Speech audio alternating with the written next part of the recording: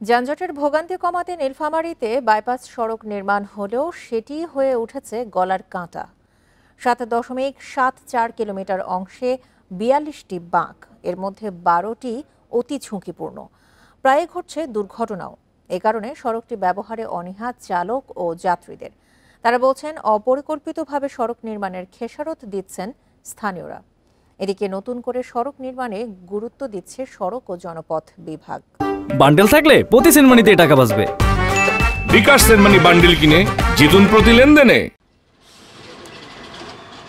যানজট কমাতে 2020 সালে 23 কোটি টাকা ব্যয়ে নির্মাণ করা হয় সৈয়দপুর ডোমার মহাসড়কের প্রধান বাইপাস সড়ক। 7.74 কিলোমিটার সড়কে বাঁক 42টি, এর মধ্যে অতি ঝুঁকিপূর্ণ 12টি। এতগুলো বাঁক থাকায় সড়কটিতে ভারী যানবাহন নিয়ে যেতে চান না চালকরা। তাদের দাবি, অতিরিক্ত বাঁকের কারণেই প্রায়ই ঘটছে দুর্ঘটনা। বাইপাস সচরাচর ছোট হয় না, তুলনামূলক এই রাস্তাটা অনেক ছোট, আর এই রাস্তাটা অনেক টার্নিং বেশি। একটা ট্রাক যখন এই বাঁকগুলা ঘুরাবে তখন পিছনে আরো 50-100 ট্রাক দাঁড়ায় থাকে। বাইপাস সড়কটি খুব একটা কাজে না আসায় শহরের মূল সড়কে গাড়ির চাপ বেশি।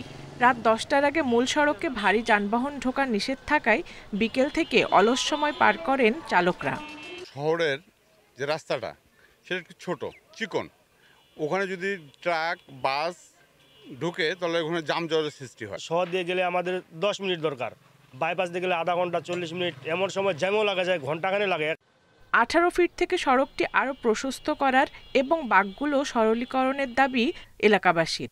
প্রায় 8 কিলোমিটার রাস্তায় এত বাঁক যে বাঁকের মাধ্যমে যখন তখন দুর্ঘটনার সৃষ্টি হতে পারে। আমরা আশু দাবি করি যে অতি সত্বর এই রাস্তাটা সুন্দর করে মানুষের যোগাযোগের, মানুষের চলাচলের সুব্যবস্থা করে। সড়ক ও জনপথ বিভাগ বলছে, এ বিষয়ে ব্যবস্থা নিতে সুপারিশ করা হয়েছে। জোর দেওয়া হচ্ছে নতুন করে সড়ক নির্মাণে। বাঁকগুলো আমরা সরল করতে পারতেছি না, কারণ আমাদের এখানে অধিগ্রহণকৃত ভূমি নেই। বিষয়টি আমরা ঊর্ধ্বতন কর্তৃপক্ষের নজরে এনেছি এবং একটি শহর বাইপাস করে একটি প্রকৃত বাইপাস সড়ক নির্মাণের জন্য আমরা সম্ভবত যাচাই করতেছি।